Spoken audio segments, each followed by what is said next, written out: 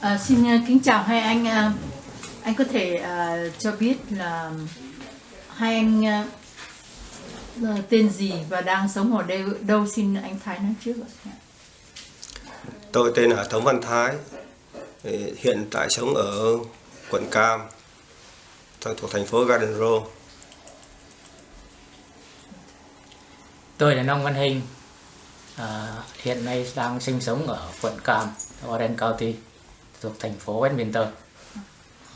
Thưa được biết là hai anh trước đây đã từng đi lính biệt kích, mà trong cái toán gọi là biệt kích mà spy đó, tức là những người mà đi lấy những cái tin tức tình báo, gọi là tình báo biệt kích đó. Thì xin anh Thái cho biết là tình báo biệt kích là cái gì cơ? Dạ.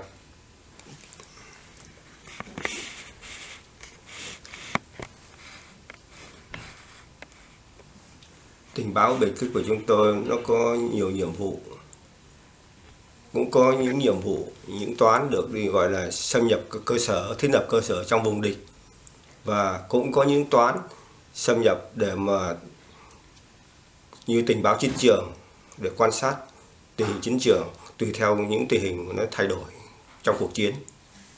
Thưa anh thì anh được huấn luyện như thế nào và huấn luyện bao lâu ạ?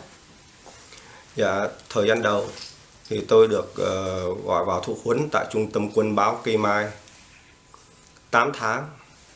Sau 8 tháng thì ra được đi hành quân 5 lần, đi thực tập, đi hành quân với các đơn vị, các ông thượng sĩ thời Pháp, mới nhiều kinh nghiệm. 5 lần hành quân của bên Phước Thành với biệt động quân, địa phương quân và sư đoàn 5.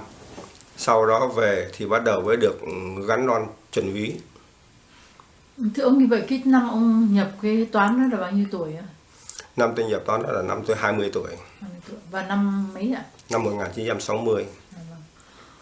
Dạ vâng. Còn thưa ông Hinh ạ, ông gia nhập vào dịp nào, trong hoàn cảnh nào?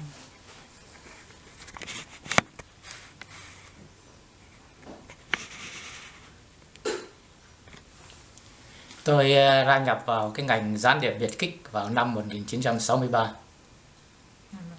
Sau đó được huấn luyện tại các cái trung tâm bí mật ở Sài Gòn, mà chính tôi cũng không biết chỗ đó là ở đâu, bởi vì hoàn toàn là CIA đào tạo, thành ra là đi lại trong thành phố Sài Gòn á, mà đi học á, tức là đi bằng xe bịt bùng, xe van bịt bùng kín, tức ở ngoài không nhìn thấy chúng tôi, mà chúng tôi không nhìn thấy là chở chúng tôi đi vào những cái thành phố nào và những cái cơ sở nào. Chỉ khi đến nơi huấn luyện á, thì xe đã mở cửa xe á, thì xe đã ở trong nhà sẵn rồi, thì chúng tôi bước xuống rồi xe mới là lui ra khỏi nhà. Đó là cũng chỉ là học ở trong các trung tâm trong thành phố Sài Gòn thôi, nhưng mà chính tôi cũng không biết cái nhà đó nó nằm ở đâu. Thưa ông, mà khi được huấn luyện thì huấn luyện những cái gì ạ? Ví dụ như về tôi về huấn luyện đó thì là tổ chức cơ sở tình báo, rồi là bắt cóc ám sát, rồi là phá hoại các cái công trình phi trường, bến tàu, bến ga xe lửa, hoặc là các phi trường. Sau đó là xâm nhập vào những cái các cơ quan của họ, làm giống như là một cán bộ nằm trong nằm vùng. Nó nói tóm lại là chúng tôi là cái gián điệp nằm vùng, là tổ chức cơ sở tình báo ở trên biển Bắc. Cái số người đi cùng có đông lắm không thưa ông? Và đi cùng với tôi là chỉ có 6 người, ông toán trưởng và tôi là toán phó, còn 4 toán viên. Thưa ông, thì từ lúc mà mình được huấn luyện trên lúc mình đi thẳng vào công tác thì có lâu lắm không? Từ khi mà tuyển mộ vào huấn luyện á, thì trong vòng 2 năm. Theo những người mà nhân viên của Mỹ, mà nhân viên CIA của Mỹ nói với chúng tôi đó, là làn sóng cộng sản nó đang tràn vào miền Nam của các anh, thành ra phải huấn luyện các anh cấp tốc, bớt đi một số những cái gì không cần thiết. Nếu như còn thời gian á, như trước đây á, thì các anh phải sang Mỹ học 3 năm.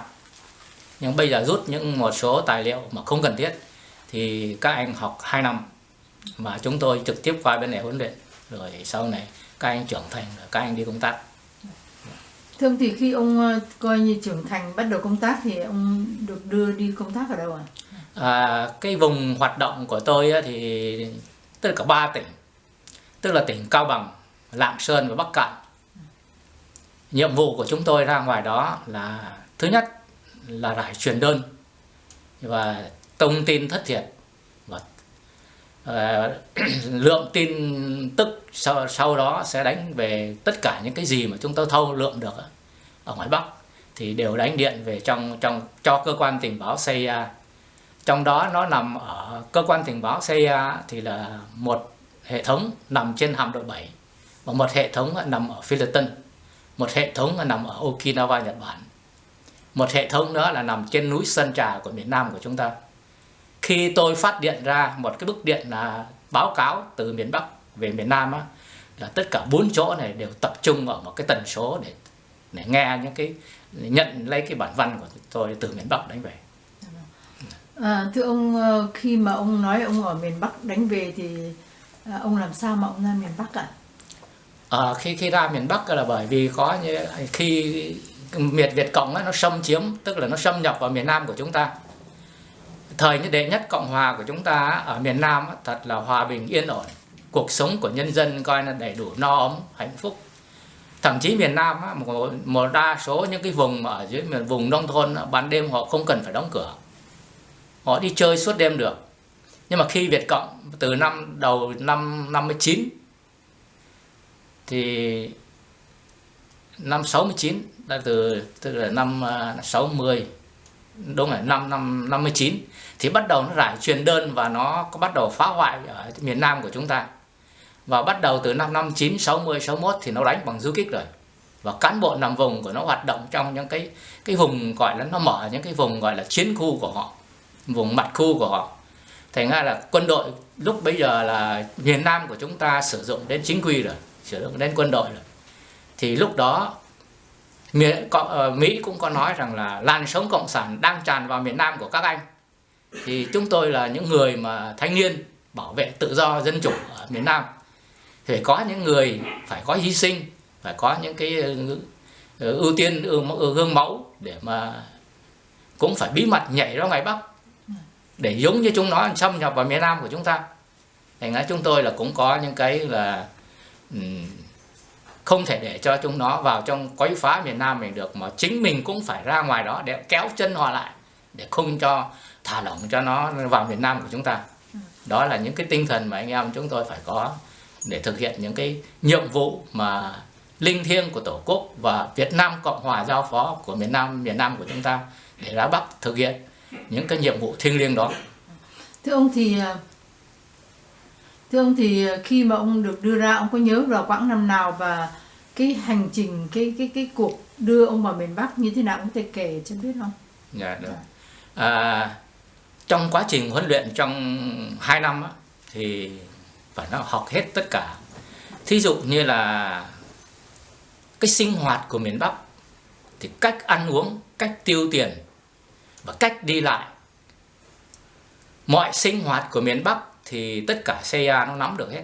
Thành ra là nó huấn luyện chúng tôi, ngoài những cái tổ chức cơ sở tình báo bắt cóc, ám sát và phá hoại những cái căn cứ quân sự của họ rồi á, thì còn có nhiệm vụ tuyên truyền là chính nữa. Bởi vì miền Bắc, nhân dân ở miền Bắc họ không hề biết cái cuộc sống miền Nam của chúng ta như thế nào cả, mà họ chỉ nghe là Việt Cộng nói rằng là ở miền Nam do đế quốc Mỹ bóc lột nhân dân ta ở trong miền Nam là không có ăn có mặc, thiếu thốn đầy đủ mọi thứ hết. Thành ra là ở miền Bắc chính cả dân lẫn quân họ không hề biết rằng là ở miền Nam chúng ta tự do sung sướng như thế đâu, mà nó tuyên truyền ngược lại, chính nó là những người bóc lột nhân dân ở miền Bắc, dùng nhân dân làm những cái công cụ sản xuất để mà đem đi cống hiến cho sự Nga Tàu, để đổi lại lấy lại những cái vũ khí súng đạn của chúng nó để đem vào miền Nam đánh nhân dân của chúng ta. Thành ra là những cái gì mà Mỹ nó đã đào tạo huấn luyện cho chúng tôi về mặt chính trị, trang bị cho tôi mọi mặt hết rồi, thì ra ngoài có nhiệm vụ là phải phổ biến tất cả những cái gì mà mình biết, mà mình học được cho nhân dân trên miền Bắc. Đó. Thưa ông thì trở lại là ông đã đưa như thế nào, cái chuyến bay của ông bay vào miền Bắc thả ông ở đâu như thế nào thì ông có thể kể không ạ? Khi mà chúng tôi ra đang học ở trong những nhà an toàn, tức là nhà an toàn đó, tức là nhà bí mật đó, thì có ông trung tá người Mỹ, tức là người của CIA, là thuyết trình học, quá trình học xong rồi bắt đầu để mà thuyết trình công tác á, thì là vùng hoạt động của tôi á, là 6 người.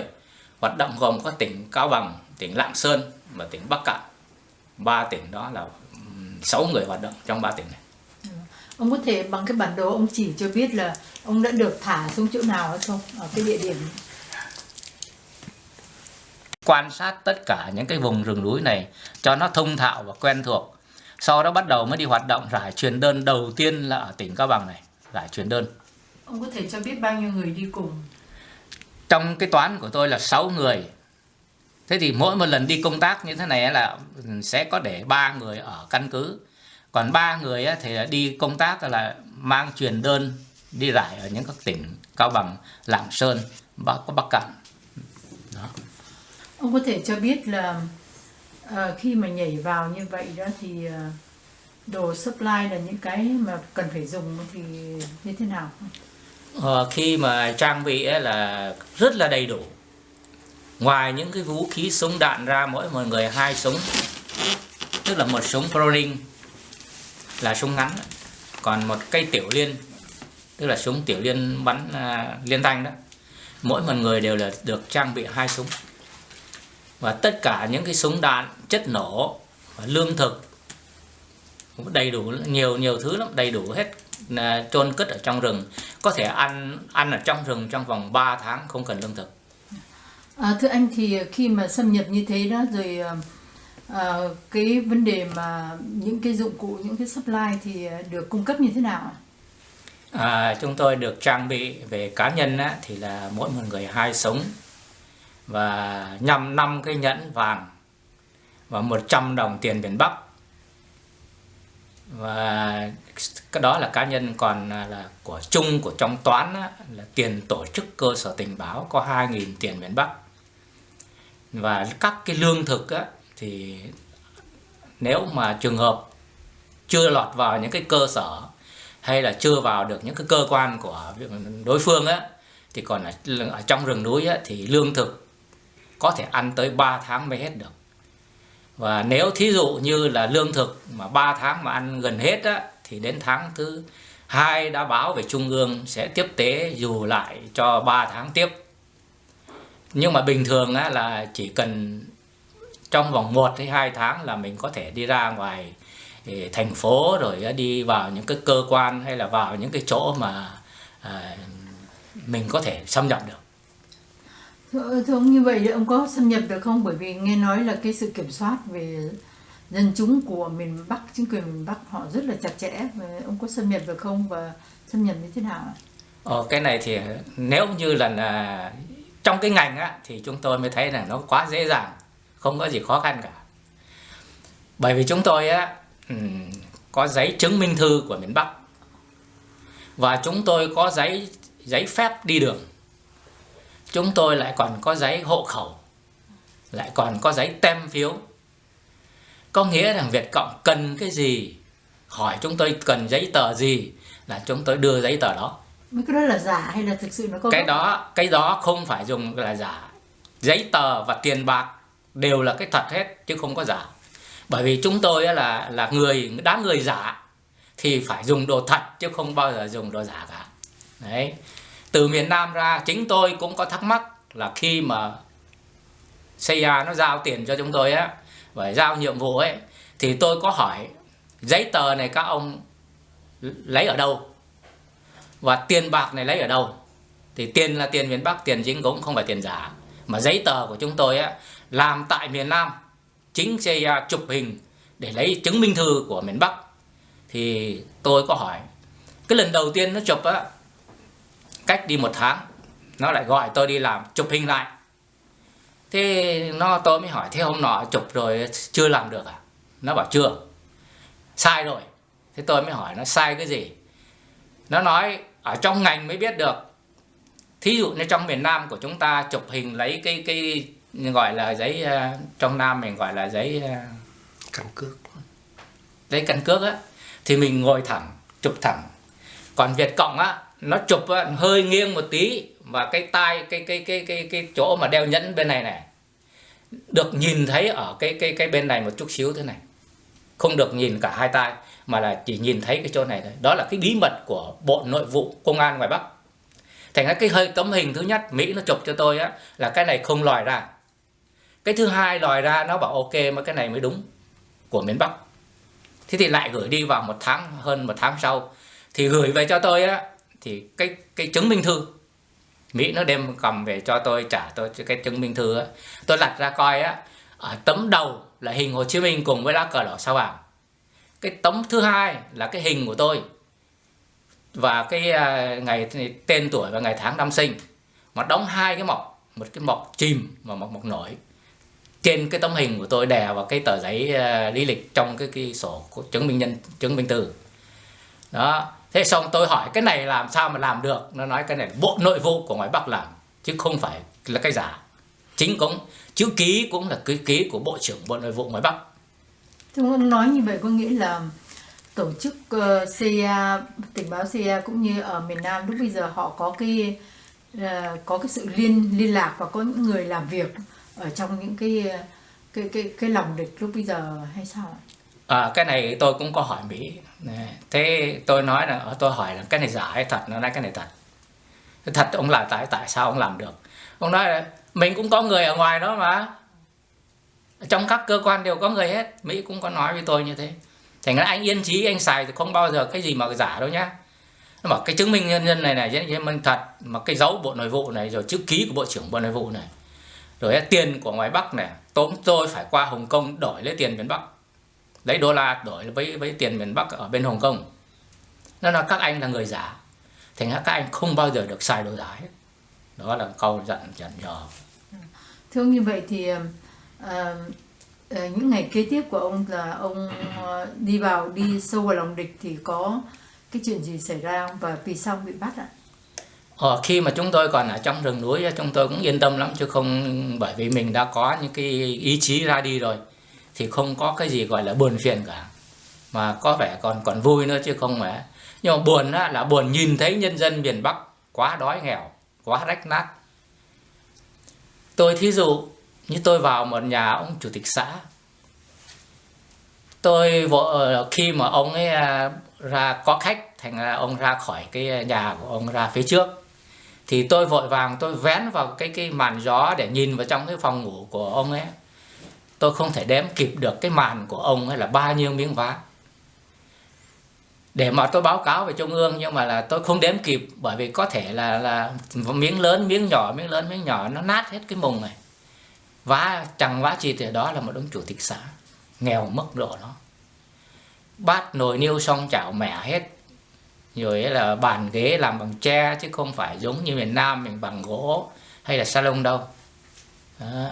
Bàn ăn, bàn ngồi cũng ghế, rồi cái giá mà để bát đĩa lên cũng mấy cây tre để gác ngang thôi. Thành ra là cái buồn là mình không ngờ được ở trong miền Bắc tại sao nó nghèo nàn đến mức độ như thế này, là một ông chủ tịch xã. Còn dân thì ra sao? Dân phải nói rằng tôi cũng đã từng nói rồi, nó bắt những người dân của mình làm những cái công cụ sản xuất như là trâu bò ấy, chỉ biết ăn, chỉ biết nghe tiếng kẻng, là sáng dậy để tập trung lại đi làm, rồi chưa nghe tiếng kẻng là tan giờ về ăn cơm tập thể, rồi đến chiều lại đi làm, rồi đến chiều tối về lại là phải bình điểm. Ai mà làm chay lười lao động thì có thể được 3 điểm. Ai mà lao động gọi là lao động kiệt sức ấy là được 5 điểm. Những cái số điểm đó họ cộng lại đến tháng, đến mùa màng một tháng họ chia cho 12 ký thóc mà xay ra, 12 ký thóc mà xay ra được 8 ký gạo. 8 ký gạo làm sao mà đủ ăn trong một tháng? Thành ra là phải độn khoai lang, khoai mì, bò độn vô. Ở ngoài Bắc một năm được phát một thước vải thì được may được cái áo, chứ không may được đủ một bộ. Đó, thành ra nó nghèo đến mức độ đó. Thành ra cái này là cái tổ chức cơ sở tình báo của chúng tôi rất dễ xâm nhập, quá dễ xâm nhập. Những người nhà nghèo chúng tôi có tiền tổ chức cơ sở tình báo mà Mỹ đã trang bị cho chúng tôi là 2.000 tiền miền Bắc hồi đó to lắm. Thí dụ như hồi đó tôi ra là một bao thuốc lá Trường Sơn mới có 1 hào, một bao thuốc lá Tam Đảo Điện Biên á, mới có 3 hào, 1 ký thịt khoảng 5 hào. Thì một tháng á, theo những cái tiêu chuẩn của miền Bắc nó gọi là tiêu chuẩn, tức miền Nam mình gọi là khẩu phần đấy, mỗi một đầu người á, một tháng được nửa ký thịt, nửa ký đường. Nói thì nói thế thôi, nhưng mà có khi cả 5-6 tháng, cả năm chưa được một nửa ký. Đấy. Với 2.000 thì ông có thể mua được cái gì nữa? 2.000 tiền miền Bắc là to lắm. Bởi vì tính ở ngoài ấy, xài tiền nào cũng là tiền đồng là ít xài lắm. Ông có mua được cái nhà không? Ồ, có thể là mua. Nhà ở ngoài thì không có bán. Nhưng mà nếu mà mình xây nhà có thể là xây được một cái building hoặc có một cái biệt thự. Hồi đó 2.000 là to lắm. Ngoài đây này, coi như là Mỹ nó dặn chúng tôi nha, không được phép móc qua khỏi túi tờ 10 đồng. Ăn ở chỗ này 2-3 đồng mà không no đi chỗ khác ăn. Mà nếu mà cho những cái bạn bè hay là những cái nhân viên mà mình tuyển mộ được á, mà cho 5 đồng mà phải nói thật khéo, đó là lương của mình làm trong cơ quan, chứ không phải là lương, không phải là cái tiền này là tuyệt đối bí mật, là người ta đâu có biết mình là gián điệp đâu. Là mình cũng là công nhân ở ngoài đó. Tôi thí dụ bây giờ ra một cái gia đình cùng làm trong một cái tổ của tôi, thì người ta có vợ 2 con thì rất là nghèo, 2 con là nghèo mặt rồi, đói lắm, rách lắm. Thế thì tôi là độc thân, tôi một tháng lương của tôi làm được một tháng 18 đồng. Thì tôi nói rằng là tôi thì quần áo của tôi vẫn còn chưa rách lắm. Bây giờ tôi được phát một năm này, một thước vải này tôi biếu anh đem về may quần hay là áo cho cháu đi. Đó. Thế thì một tháng lương tôi được lĩnh 18 đồng trong tiền tôi làm trong cơ quan của họ, 18 đồng. Thì tôi nói cho họ 5 đồng á, thì nói rằng tôi thì xài chưa hết tiền đâu. Tôi thấy cháu nó thiếu đôi dép, đi học thiếu đôi dép hay thiếu giấy bút đó. Tôi cho cháu 5 đồng. Đó là mình cho cháu 5 đồng mà cho bố mẹ nó nhìn thấy. Đó là những cái mà gọi là quá dễ dàng để mà mình dùng những cái đồng tiền chính CIA nó đã trang bị cho mình sẵn đấy, để mua chuộc tất cả những cái người cán bộ mà nó nghèo. Thưa ông, như vậy là bằng những cái giấy tờ giả mà ông xin và được việc làm, ông làm trong cái cơ quan nào ạ? Tôi làm ở trong khu gang thép Thái Nguyên. Tức là cái công việc của cái người nhân viên đó là làm cái gì thưa ông? Khi mà cái khu gang thép Thái Nguyên nó đang tuyển mộ coi là 500 người để làm những cái công việc mà trong cái khu nhà máy đó, thì khuân vác quặng đi đào quặng, đá sỏi, quặng này kia nó đem về nó nấu thành sắt, mà nó luyện sắt trong nó luyện thành gang thép á. Thì hàng ngày đi đào đất đào đá thôi, rồi nó cũng là thành lập từng tổ từng toán một, đi đào đất đá rồi khiêng vác ở trong sắt, đây là tất cả các thứ ở trong nhà máy cần. Dạ, không có bị lộ. Thì vì tôi có giấy giới thiệu vào cái nhà máy này. Thế bây giờ vì sao bị bắt ạ? Sau này chúng tôi thỉnh thoảng, tức là thí dụ như là tôi vào trong rừng để mà đánh điện báo cáo về cho cơ quan tình báo CIA biết á, trong 1 tháng hoặc là 2-3 tháng nó xảy ra nhiều cái chuyện trong cái nhà máy á, hay là mình đi chơi mình thấy cái gì mình có thể báo cáo được hết. Tôi thí dụ như là một cái tổ của những cái nó gọi là tổ phụ nữ ấy, đi gặt lúa ở ngoài đồng ấy, mà có một bà coi sanh đẻ ở ngoài đồng, thì cái này cũng phải báo cáo về trung ương. Nó là cái gì? Nó là nếu như các nước trên thế giới tự do hoặc là miền Nam của chúng ta, những người đàn bà mà có bầu á, thì sinh trước những ngày tháng năm sanh của họ khoảng 3 tháng là cho họ nghỉ rồi. Thí dụ như các công nhân nhà máy chẳng hạn.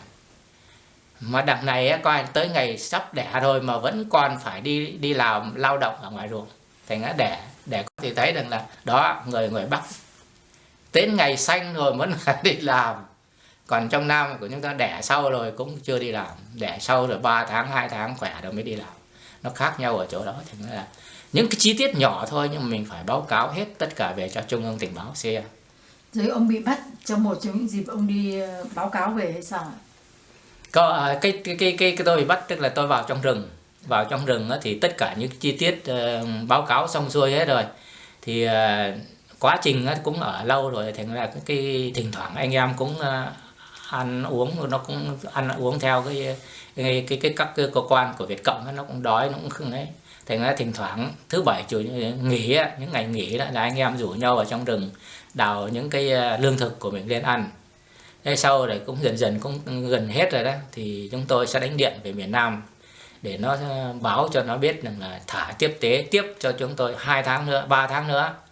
Thì tất cả những cái đồ ăn thì vẫn còn nhiều, nhưng mà vẫn phải thả xuống để mà mình dự trữ ở trong những các vùng rừng núi của mình. Tức là giống như là một cái mật khu của mình, mà theo Mỹ nó gọi, đặt cho tên cho chúng tôi, nó gọi là DZ, tức là điểm nhảy đó. Thì mình cũng lập những cái căn cứ ở đó. Thế thành ra là khi mà chúng tôi vào trong đó để mà nhận tiếp tế hàng kỳ thứ 2, thì là kỳ thứ 2 lại nhảy hàng tiếp tế xuống lại nhiều quá, mà nó lại thả sớm quá. Đáng lẽ thả vào khoảng độ 1-2 giờ đêm á thì là an toàn hơn. Nhưng mà đằng này á, là 11 giờ mùa hè của miền Bắc, nó còn nóng lắm. Miền Bắc thì nóng chang chang. Vào những ban đêm á, thì 11-12 giờ đêm là vẫn chưa có mát, chưa ngủ được. Thành ra dân chúng người ta còn đi chơi. Thành ra là thả 6 kiện hàng xuống ở trong vùng rừng núi, nhưng mà là nó ở xa xa, nhưng mà nó vẫn nhìn thấy mờ mờ những cái dù nó xuống mờ mờ đó. Thành ra nó báo động, nó vây bắt, nó hủy động cả một cái 3 cái huyện để mà vây bắt trong cái mặt khu đó. Xong rồi là công an, cảnh sát, rồi sau này nó dùng cả công an vũ trang bao vây hết. Xong rồi là chúng tôi biết rằng lộ rồi. Khi mà nghe nó gõ những tiếng trống, tiếng chiêng, tiếng kèn thổi, rồi là chó sủa ầm thì chúng tôi biết lộ rồi. Thì chúng tôi bỏ, chúng tôi chạy thì tương nó ập tới, thì đánh nhau thôi. Khi họ bắt được thì họ có đánh đập hay là họ điều tra như thế nào? Khi họ bắt được chúng tôi thì đầu tiên thì mấy cái ông du kích ấy, thì bắt được thì có trói. Nhưng mà khi mà gặp những cái cán bộ trung ương của nó ở bộ nội vụ nó về á, thì bắt cởi trói ra và bắt trả lại giày mấy để quần áo cho chúng tôi lại. Thì khi mà du kích nó bắt á, thì nó lột giày chúng tôi ra, rồi nó lấy hết quần áo, chỉ có mặc quần đùi thôi rồi nó trói. Nhưng mà bộ gặp một cái thì bảo trả lại quần áo, rồi mặc lại, xong rồi là cởi trói. Rồi đi ngồi xe với các ông ấy cũng giống như bình thường.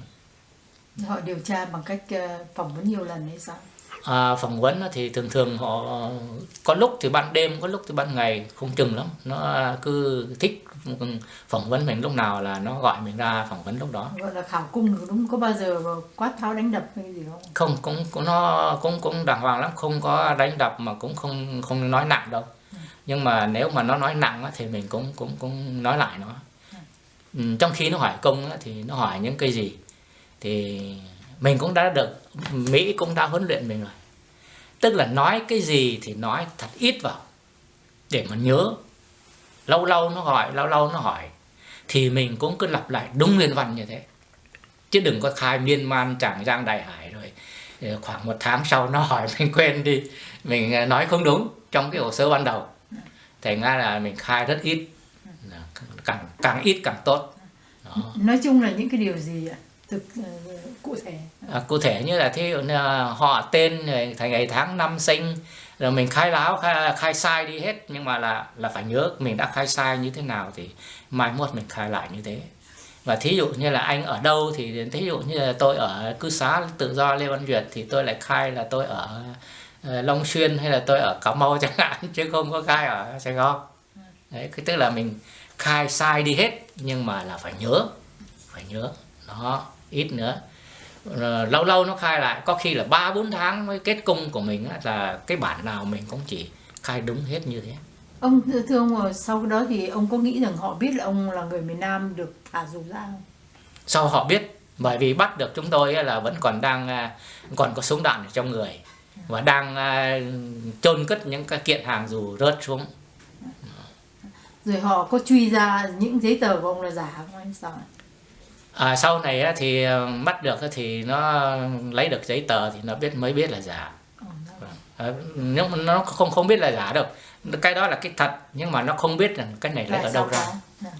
Và nó cũng tra tấn chúng tôi, hỏi cung chúng tôi ghê lắm, nhưng mà không có đánh đập đâu. Nó cứ nói rằng là cái này á, anh có biết Mỹ trang bị cái này cho anh là cái thật hay cái giả. Mà nó biết là cái thật rồi mà nó vẫn hỏi mình là cái thật hay cái giả. Thế tôi cũng nói là cái này là cái thật. Cái thật thì anh lấy ở đâu mà Mỹ nó lấy về cho chúng tôi, chứ lấy ở đâu tôi cũng không biết. Đó. Tôi cũng nói với họ như thế. Rồi sau đó là sao, họ có thả ông không hay là họ bắt ông vào tù hay như thế nào? Sau đó tôi ở, tức là khi mà họ lấy công á, là tới 3 tháng. Sau đó đưa tôi ra tòa.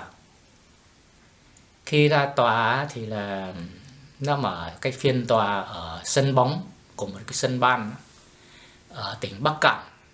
Nó kêu gọi quần chúng nhân dân phải coi đông lắm.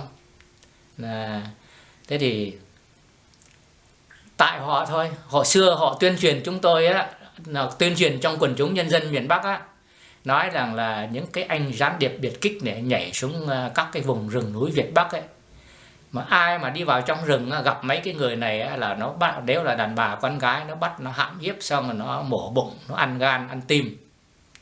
Đấy, còn nếu mà đàn ông là nó chặt đầu xong rồi nó cũng moi bụng ăn gan. Mà răng của chúng nó răng như răng nanh, như răng gần như quả chuối ấy. Nó tuyên truyền quá đáng chúng tôi đó. Thế khi chúng tôi bắt được á, bị bắt á, họ xúm vào coi là coi đông lắm, còn hơn cái hội chợ nữa. Thế nó người mình thôi mà, nó cũng trắng trẻo, nó đâu có khác gì đâu. Nó đâu có phải là có răng như là răng nanh như là mấy ông cán bộ dạy cho mình đâu. Nó còn đẹp trai, còn trắng trẻo hơn người mình ở ngoài này nữa. Đó, họ còn khen nữa. Còn những cái bà già đó hay là những cái ông già đó thì họ buồn rằng là không biết tại sao lại để cho Việt Cộng bắt chúng tôi được. Và đáng lẽ ra là họ mong chúng tôi lắm, mong cả những cái quân đội miền Nam để mà ra giải phóng miền Bắc. Họ mong ngày mong đêm, tức là vào những cái thời kỳ mà cải cách ruộng đất năm 7, năm 8 đó, trời ơi, dân ở ngoài Bắc là mong quân đội miền Nam của chúng ta ra giải phóng cho họ lắm. Nhưng mà họ cứ ngóng hết ngày này qua tháng khác, không thấy ở trong miền Nam mình rục rịch ra mà giải phóng cho họ cả. Thế bây giờ lại nghe cái biệt kích ra để mà có lập những cái cơ sở tổ chức, rồi sau này là sẽ có những cái quân đội của miền Nam ra thì họ mừng lắm. Nhưng mà là không dám ra mặt đâu, mừng không dám ra mặt đâu. Tôi thí dụ như là đi biểu tình thôi. Nếu mà hô Đà Đảo mà ai mà không hô Đà Đảo, nó là xen lẫn những cái nhân viên của nó, mật vụ của nó ở trong đó, nó đi xem hết. Mà ai mà không hô Đà Đảo mà giơ tay lên Đà Đảo đế quốc Mỹ á, là về nhà là nó bắt ngay. Đấy. Dù không thích miền Nam chăng nữa cũng phải hô Đà Đảo. Thưa ông thì tôi nói cái này có hơi ra ngoài lề một chút, đó là khi mà Cộng sản vào nó đánh Huế vào năm Mậu Thân á, thì trong cái chương trình của họ là có cái phần là dân sẽ nổi dậy cùng với cách mạng để mà lật đổ và chiếm thành phố Huế. Cái chuyện đó đã không xảy ra bởi vì người miền Nam cũng có một số người vì nghe tuyên truyền mà theo họ, nhưng mà còn một số đông thì ai cũng sợ Cộng sản hết á. Thành ra không, cái điều mà họ tính nó không có. Bây giờ tôi hỏi ông ngược lại là ông nghĩ là nếu mà có một cái cách nào mà người miền Nam mình đi ra để mà giải phóng dân miền Bắc ở đó, thì cái vấn đề mà người dân người ta theo ông biết á, cái lòng dân á, người ta có đứng lên để họ theo không? Theo tôi biết chỉ ngay cái nhiều một số cán bộ á, họ cũng tức là vì nồi cơm thôi, vì nồi cơm của họ, thành ra họ phải bảo vệ cái nồi cơm của họ. Tức là những cán bộ công an hoặc là những cán bộ ở cấp địa phương á, họ cũng ghét cái chế độ của họ. Ngày xưa thời Pháp thuộc á, họ ví theo thời Pháp thuộc mà đi làm tá điền hay là đi làm phu hay là đi làm này kia đó, còn được ăn no mặc ấm. Nhưng mà bây giờ gọi là một nước Cộng hòa xã hội chủ nghĩa Việt Nam, hồi đó gọi là độc lập tự do hạnh phúc ấy, mà họ không thấy độc lập ở đâu, mà không thấy hạnh phúc ở đâu cả, không thấy no ấm ở đâu cả. Không được tự do đi lại phải xin phép, từ xã này qua xã kia phải xin phép. Đi nếu mà thăm vợ con hay là thăm bố mẹ 1-2 ngày phải mang lương thực của mình đi đến nhà bố mẹ mình ăn. Thành ra là chính người dân hoặc là cán bộ của họ cũng oán ghét cái chế độ đó, nhưng mà không dám lên tiếng, không dám nói. Nếu như một cái đoàn quân của chúng ta kéo ra ùn ùn đánh giải phóng miền Bắc á, họ sẽ ùa theo mình hết. Nhưng mà mình không hiểu được cái lòng dân ở ngoài đó là cái mồm của họ phải hô đà đảo và phải hô chửi đế quốc Mỹ, rồi chửi chính quyền của mình bằng cái mồm theo cái lời tuyên truyền của Việt Cộng, của Đảng Cộng sản. Chứ trong lòng của họ không muốn, mà họ muốn được tự do như thời Pháp thuộc. Họ chỉ biết rằng là cái thời Pháp thuộc bị nô lệ thời Pháp như thế mà họ còn được ăn no sung sướng hơn. Họ chỉ mong được như thời nô lệ thôi mà cũng còn không được, huống gì họ mong được như miền Nam.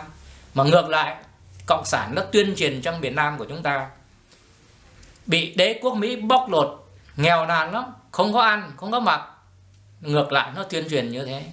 Xong rồi nhiều người ở miền Bắc, chính cán bộ, họ bưng bít hết toàn bộ, không nhìn thấy ánh sáng, không có tiếng nói của bên ngoài.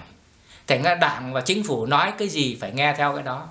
Nếu con đó là con trâu thực sự đó mà cán bộ và Đảng nói đó là con bò, mình cãi lại nó đông không, nó có sừng dài lắm, con là con trâu.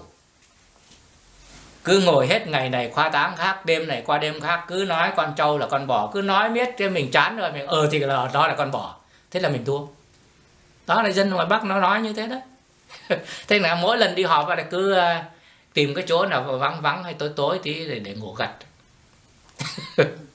Thưa ông, vì rồi sau đó chuyện gì xảy ra cho ông ạ? Đó là năm nào cơ? Đó là năm 63. Rồi từ 63 thì sau đó thì bắt ông tù lâu không hay như thế nào ạ? Tù thì tù, cái chế độ tù dân của bên ngoài Bắc đã nghèo, đã đói rồi, thì cái tù ở ngoài đó cực khổ lắm, đói. Ăn uống thì mỗi một bữa thì khoảng một nửa chén cơm của miền Nam của chúng ta, những cái chén gọi là cơm trắng đấy, ở ngoài Bắc gọi là cơm trắng. Với lại độn thêm 2-3 củ khoai đao riềng bằng nắm tay khoảng 2 củ khoai. Khoai đao riềng nếu mà nói ở trong miền Nam mình không ai biết khoai đao riềng là cái gì cả, mà mình gọi là khoai củ chuối. Ở trong Nam mình gọi là khoai củ chuối. Đó là mùa đó. Nếu mà cái mùa khoai lang thì được độn ăn thêm 2 củ khoai lang. Và nếu là mùa khoai mì thì được ăn thêm 1 mẩu khoai mì. Đó. Sau đó thì như thế nào? Ông được trở về và sống với những người dân miền Bắc sau đó không? Ông bị tù bao nhiêu năm và đạt đợt đó? Tôi ở trong tù ở miền Bắc, nếu mà tổng cộng hết tất cả cái khúc tôi hoạt động với lại cả cái tù ở ngoài Bắc, và sau này là tôi cũng lại được ra ngoài xã hội nữa, là tổng cộng tôi ở trên miền Bắc 20 năm. 20 năm trên miền Bắc. Rồi khi họ thả ra họ cho ông sống với người dân hay sao, của họ hay sao? Không phải thả ra ngoài dân, tức là tôi được đi làm ngoài. Tôi có cái tay nghề, tức là tôi làm mộc, làm về nhà cửa, đóng bàn ghế, tủ, giường, chiếu, đóng theo cái kiểu của Liên Xô, của Tiệp Khắc, của Ba Lan, đóng theo kiểu Hồng Kông, tủ buffet. Thành ra ở miền ngoài Bắc là nó chưa nhìn thấy qua những cái loại tủ như thế này. Thành ra là nó thích lắm. Thành ra tôi sau này tôi được làm giống như là đi tự do, đi ra ngoài dân làm nhà cho dân. Tôi làm kỹ thuật, rồi có đội trưởng, đội phó, mấy cái anh em tù biệt kích với nhau thôi, thì được đi ra ngoài dân, đi làm nhà cho dân. Bởi vì làm nhà cho dân mình không được tiền đâu, tức là trại nó đấu thầu, nó lấy tiền của dân, nhưng mà mình là không có được tiền. Tức là mình tù nhân công mà là mình là lấy công đi làm thôi, chứ mình không được ăn. Đó. Thưa ông, rồi ông vẫn sống độc thân, có ai, những người biệt kích có ai lập gia đình hay gì không? Một số anh có lập gia đình như các cái người ở ngoài Bắc. Dạ vâng. Dạ vâng. Rồi khi nào họ thả ông ra, hay là năm 75 là ông được vào Việt Nam? Yeah, 75 chưa được về đâu, tức là 75 trong thời gian mà chúng tôi ở ngoài Bắc là cấm tuyệt đối không được ở chung với hành sự này, không được ở chung với chính trị từ địa phương của ngoài Bắc này. Rồi là sau này thì mất miền Nam rồi thì một số sĩ quan ở trong miền Nam mình nó đưa ra Bắc, nó gọi là đi học tập cải tạo thì cũng không được ở chung. Nhưng mà chúng tôi là đi khắp hết trại này qua trại kia, thì nếu mà trong trại nó có nhiều ca đó, nó gọi là phân trại á, chúng tôi tự do khác đi, không có cần phải cán bộ phải mang súng đi theo giống như là các ông ấy. Thành ra nhiều khi các ông ấy thấy chúng tôi tưởng là chúng tôi là cán bộ nữa. Nhưng mà kỳ tình là chúng tôi là tù, nhưng mà có cái là tù lâu, đồng thời có tay nghề, đi ra ngoài là làm cho trại, tức là thu tiền về cho trại tù á. Đấy. Thưa ông thì cái ngày 30 tháng 4 năm 75 mà khi mà miền Nam mất ấy, ông có được tin liền không? Mà khi ông được tin thì cái suy nghĩ và cái cảm tưởng của ông lúc bây giờ như thế nào? Cái ngày mà miền Nam mình mất rồi á, nó có tập trung chúng tôi lên một cái hội trường, và cán bộ của nó nói rằng là chúng tôi đã giải phóng miền Nam, đánh tan hết cả Mỹ Ngụy, bắt hết rồi. Thế bây giờ các anh á, là ở trong tù như thế này, các anh có chịu cải tạo chưa? Miền Nam chúng tôi giải phóng rồi. Thì chính tôi đích thân tôi đứng sau này, nó thuyết trình nhiều lắm. Nào là từ hồi nào tới giờ các anh chống đối chúng tôi, rồi là các anh tuyên truyền ngược lại cho cán bộ chúng tôi nữa. Thì tại sao tuyên truyền ngược? Là cán bộ của họ cũng không biết cái gì cả. Ngay các cán bộ mà tập kết ra Bắc ngày xưa ở trong miền Nam á, là đồng bằng sông Cửu Long là một đồng bằng coi thẳng cánh cỏ bay, vựa lúa vựa gạo ở trong miền Nam, mà ra Bắc ăn đói nghèo như thế.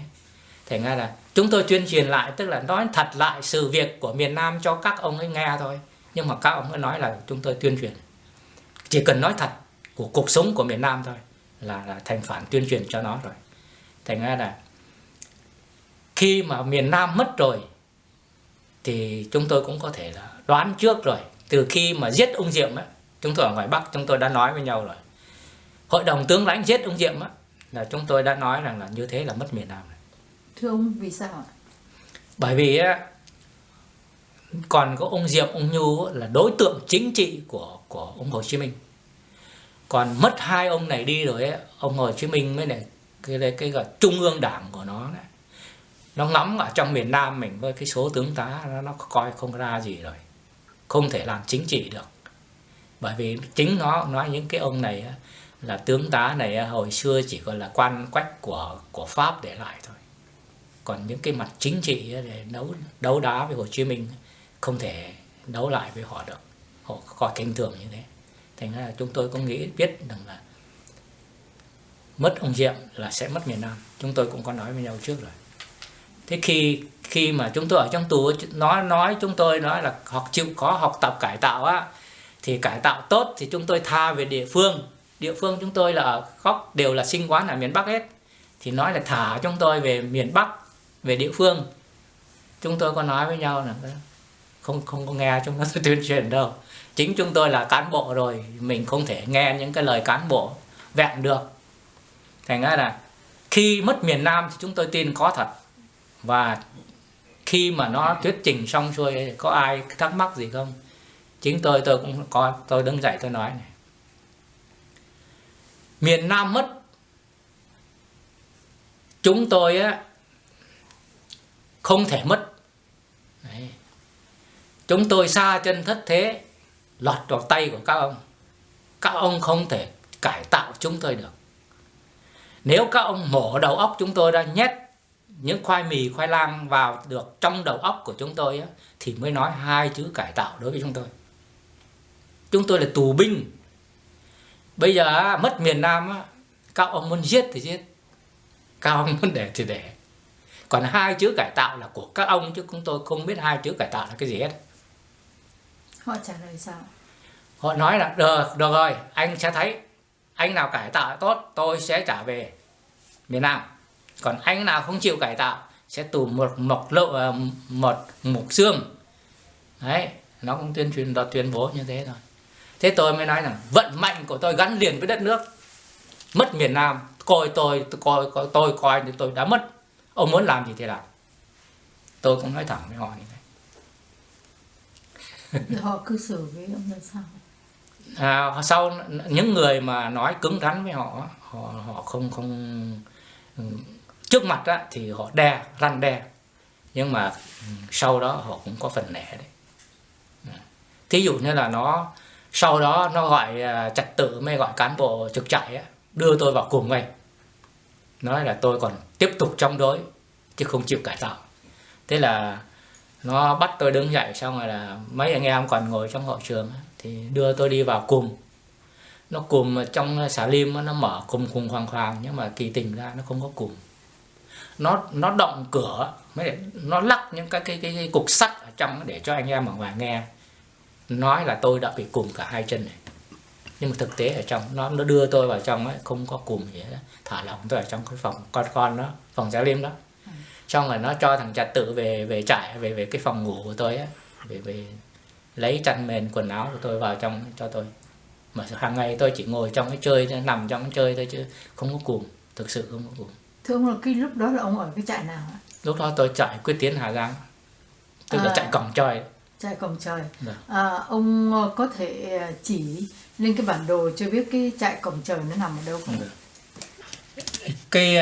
Cái Đồng Văn này nó là cái huyện, cái xã Đồng Văn, xã Đồng Văn, huyện Quảng Bạ, tỉnh Hà Giang. Tỉnh Hà Giang đây là một cái xã, và nó ở cái đỉnh cao này á, cái đường này nó là đường giáp ranh giới Trung Quốc, bên này là Trung Quốc, bên này là Việt Nam. Cái đường ranh giới đây, từ cái trại giam này vào đến đất Trung Quốc này có 6 cây số. Đây là một cái đỉnh cao nhất của cái nước Việt Nam mình. Đây là một núi đá. Thành ra là nhốt chúng tôi ở đây sát với Trung Quốc để tránh coi như là quân đội Mỹ đổ bộ hoặc là miền Nam của chúng ta đổ bộ xuống để đánh phá trại giam, để cướp tù binh giống như ở trại Sơn Tây ấy. Thành ra nó đưa chúng tôi lên đây. Đưa lên đây á, là tôi ở cái trại này á, nó gọi là trại Cổng Trời, tỉnh Hà Giang, trại Quyết Tiến Hà Giang. Cho đến ngày tôi được tha về từ năm 82 là tôi cũng ở trại này đi về luôn.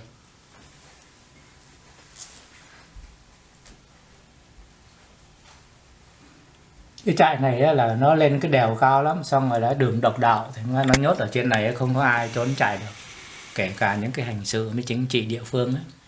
Những người tù chính trị địa phương mới lại tù hành sự ấy, là những cái án mà chung thân, mà án 20 năm hay là án 15 năm thì là đều đem lên trên này nhốt. Hoặc là những người hành sự mà ở dưới những trại đồng bằng dưới hay trốn tù ấy, cũng đem lên trên này nhốt. Trại này gọi là trại kỷ luật, có quyền sinh quyền sát. Ông trại trưởng tức là ông Sáng, tên ông là Nguyễn Sáng, ông đại úy Nguyễn Sáng. Trại này á, là bộ giao quyền cho ông này có quyền sinh quyền sát, muốn giết ai giết tù, muốn giết tù giết lúc nào thì giết. Giết trong xà lim rất nhiều, chết trong xà lim rất nhiều. Thưa ông có cái lúc mà ông bị ra tòa đó họ cho ông án bao nhiêu năm ạ? Tôi là án chung thân. Bản án chung thân. Thưa ông có thể cho biết tại sao người ta gọi là Cổng Trời, mà Cổng Trời có nghĩa là gì ạ? Cổng Trời có nghĩa là nơi tận cùng của cái đất nước Việt Nam của mình, và nó là cao nhất rồi, nó chỉ có trên là trời mới là núi đá thôi, trên đó là toàn núi đá hết, núi đá, núi vôi. Lên trên đó là coi nó là buổi sáng dậy mà có một tí nước nào mà ở ngoài hiên hay là cái thau mà ở ngoài hè mà có tí nước thì sáng dậy là thành đá này, đông thành cục đá. Thành nó cao nhất của nước Việt Nam mình, và nó cũng là giáp biên giới Trung Cộng, mấy có 6 cây số là qua Trung Cộng rồi. Đó. Nó có cái nghĩa gì khác ngoài vấn đề là nó cao và nó giáp biên giới Trung Quốc không? Nó có nghĩa là người đến đó là giữa cái sống và cái chết chỉ là một hay như thế nào thưa ông? Nếu mà ai mà lên cái trại đó, khi mà lên đèo rồi, lên hết cái đèo rồi, ai cũng nghĩ rằng là lên đây là nơi cuối cùng của mình rồi. Bởi vì nó lên nó cao tròn vót, coi nào giống như mình lên trên mây rồi. Thành ra là ai cũng nghĩ rằng là đến đây là nơi cuối cùng. Như ban nãy ông nói đó, thì cái sự sống của mình nó được quyết định bởi một cái ông trưởng trại thôi, coi như không còn luật pháp nào nó bảo vệ mình nữa, và một cái hành động nào làm cho người ta không có vui mình cũng có thể bị xử tử ngay lúc đó. Vì thế nên cái vấn đề mà sự sống sự chết là cái cổng thôi, nó chỉ bước qua bên kia là cái chết hay như thế nào thưa ông? Cái này là cái khi mà lên đó anh nào cũng nghĩ rằng là bước đường cùng rồi. Khi đã nghĩ rằng không còn ngày về nữa, đã không còn cái niềm hy vọng sống nữa, thì mình đâu có cần phải cúm núm hay là cần phải liên lệ với cộng sản nữa đâu. Nó nói cái gì là mình phản lại ngay thôi chứ. Nó tuyên truyền mình cũng tuyên truyền lại. Nó nói xấu mình nói xấu lại. Nó chửi mình chửi lại. Chứ mình không có khúm đốm dạ vâng vâng với các ông nữa đâu. Nhưng mà cái đối xử, những cái quy chế cho những người ở đó thì coi như là tồi tệ nhất trong các nhà tù hay sao? Vâng, tồi nhất trên khắp 60 trại giam trên miền Bắc. Tức là trại trung ương ấy, trại tù trung ương của họ là có 60 trại. Còn các cái trại tù địa phương thì là trại của tỉnh, của huyện không tính. Nó gọi là trại trung ương ấy, trại trung ương là có 60 tỉnh. Mà cái trại giam này là đứng đầu 60 cái trại giam, là trại số 1 đứng đầu đó. Đứng đầu về cái vấn đề, đứng đầu về để quản lý trại giam, tức là coi tù coi nghĩa là chặt chẽ nhất và cùng kẹp nhất, và đói khát nhất, trừng trị nhiều nhất, giết người nhiều nhất, tiền trảm hậu tấu. Đấy là chỗ đó. Thưa ông, khi ông nói ban nãy là có 60 trại giam ở miền Bắc, tức là từ vĩ tuyến 17 trở lên trên cái điểm cuối cùng của cái trại Quyết Tiến Cổng Trời này là có 60 nhà tù hay có bao nhiêu nhà tù ông có biết không? Những nhà tù mà tôi biết, còn nhiều nhà tù tôi không biết mà tôi không tới ấy, hay là bạn bè ở những cái trại đó đến trại Quyết Tiến này nói lại ấy, thí dụ như là trại Phố Lu, trại Phong Quang, rồi trại Yên Bái, trại Mỏ Chén Sơn Tây, rồi nhiều trại lắm, nhưng mà bây giờ kể ra thì không có đủ thời gian để mà nghĩ lại, để mà kể lại những các cái trại giam đó. Ước lượng ông có biết chừng bao nhiêu tù nhân trong cái khoảng mà thời gian mà trước khi năm 75 và sau khi 75 là cái số tù nhân ở miền Bắc, ông có được biết quãng bao nhiêu không? Nếu mà nói về tù miền Bắc ấy, thì hầu hết nhà nào cũng có người đi tù. Tức là miền Bắc và họ có khoảng độ, kể cả cán bộ của họ, tức là nhân dân trên miền Bắc. Hồi đó miền Nam của chúng ta hình như có 16, 17 triệu gì đó. Thì ở ngoài Bắc nó có 20 mấy triệu. Thì hầu hết nhà nào cũng đều có người đi tù.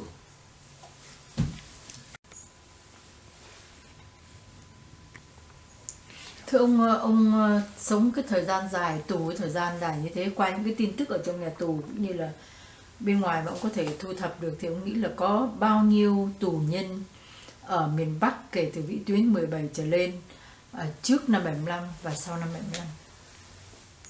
Nhưng mà nói về cái tù ngoài Bắc thì nhiều lắm. Tù hành sự thì rất nhiều.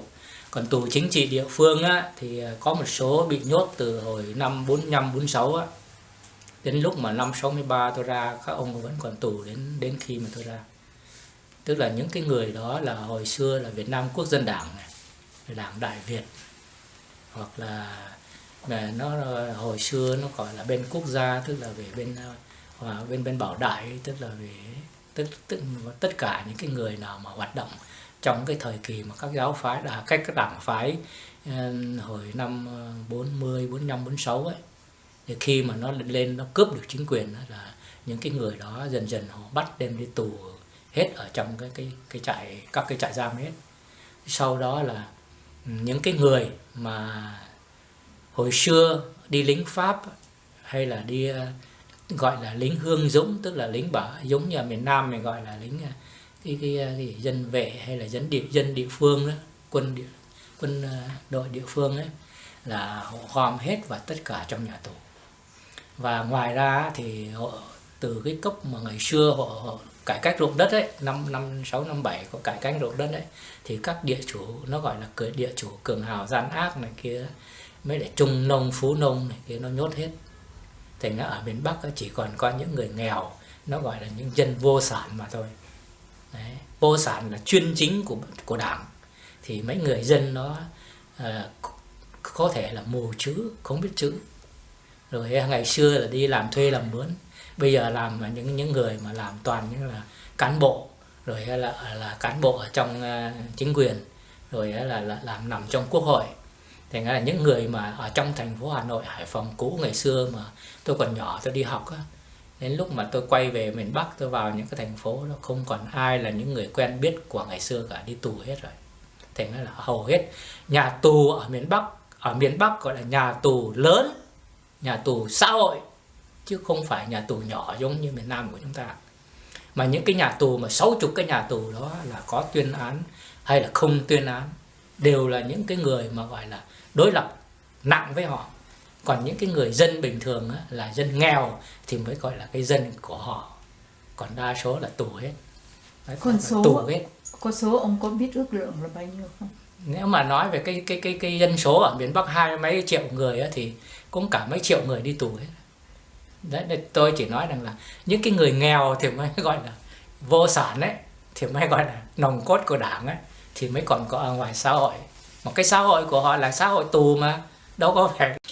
Xin ông có thể cho biết là sau năm 75 thì cái lượng tù ở ngoài Bắc nó có tăng lên không? Sau 75 thì một số nó có từ bị bắt lâu lắm rồi đó, từ năm 45 46 á, mới này các cha sau 75 vào khoảng 77 77 78 thì nó có thả một số tù chính trị ngoài Bắc ra, và nó để lấy chỗ cho nhốt tù các cái sĩ quan Việt Nam Cộng Hòa của mình ra, chứ không có gì hết á. Vâng. Thì ông nói là các cha, tức là những vị mà chức sắc về vấn đề tôn giáo ở ngoài Bắc là hầu hết là bị bắt tù hết hay sao? Ở ngoài Bắc thì nếu mà nói về Phật giáo hay Tin lành thì hầu hết nó xóa hết toàn bộ, không còn cái gì cả. Chỉ còn giữ được lại một số nhà thờ, tức là mấy ông cha còn giữ lại được. Nhưng mà là những người mà đi nhà chùa, đi nhà thờ ấy, đi lễ nhà thờ ấy, thì thứ bảy hay là chủ nhật nghỉ ấy, là những thanh niên hay trung niên không có, chỉ có ông già bà già thôi. Tại vì đi thanh niên đi ấy, là coi chừng đi ra là nó cặp kè, nó bắt ngay. Thì mà anh nói xóa là họ là sao ạ? Có nghĩa rằng là cộng sản nó tuyên bố thẳng thắn như thế này: chủ nghĩa cộng sản không có tôn giáo, mà có tôn giáo thì không có cộng sản. Trong khi chúng nó giảng dạy chúng tôi trên hội trường, nó tuyên bố thẳng như thế. Thành ra là những cái tôn giáo, thí dụ như là Phật giáo, là nó diệt sạch hết.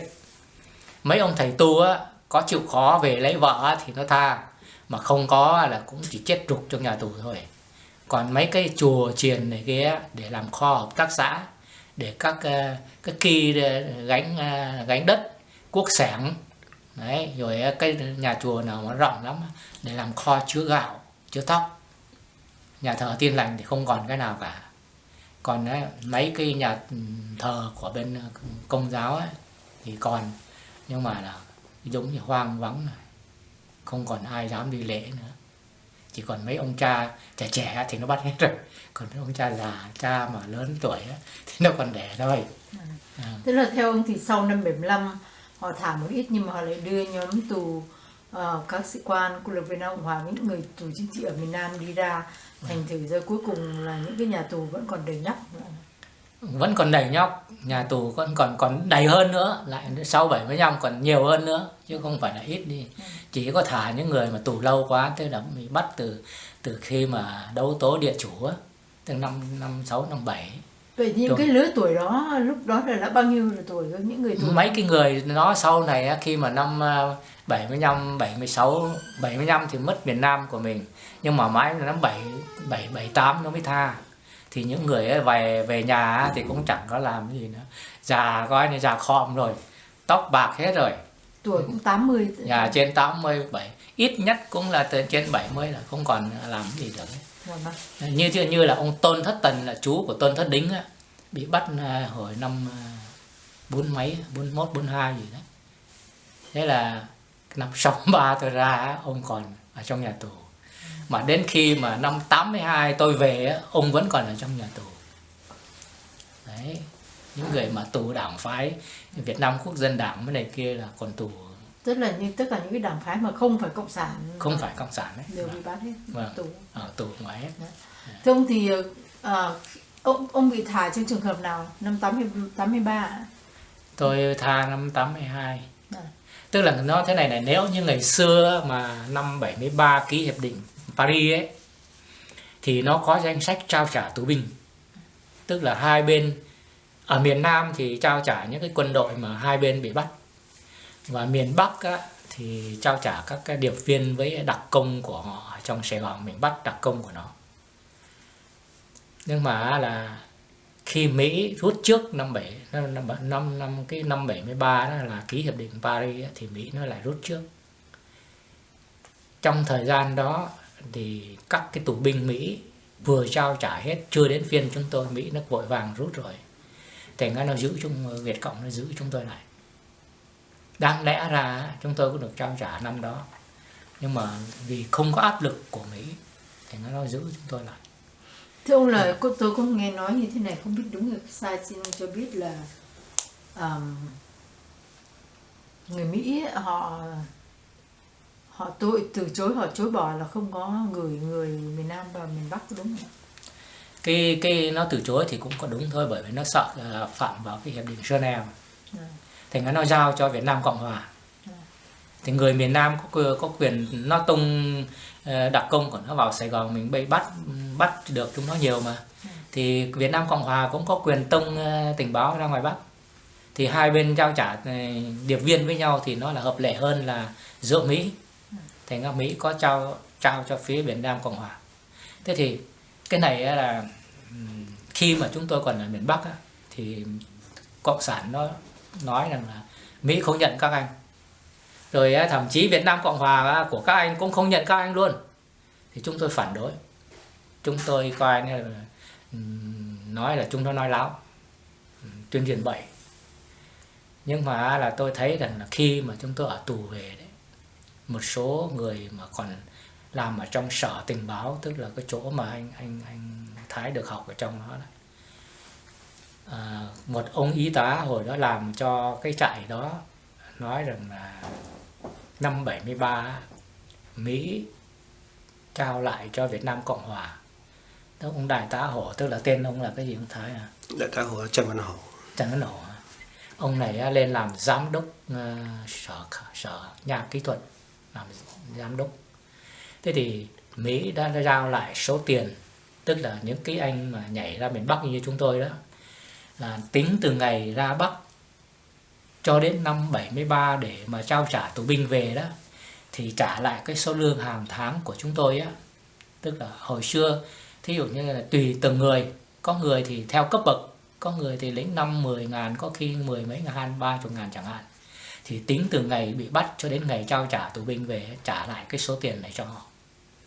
Thế thì vừa trao danh sách lại cho cái nhà kỹ thuật và trao cái số tiền này để lại cho nhà kỹ thuật, khi mà trao trả tù binh về á, thì trả lại cái số tiền này cho từng cá nhân một. Nhưng mà ông đại tá này đã chia với ông Thiệu.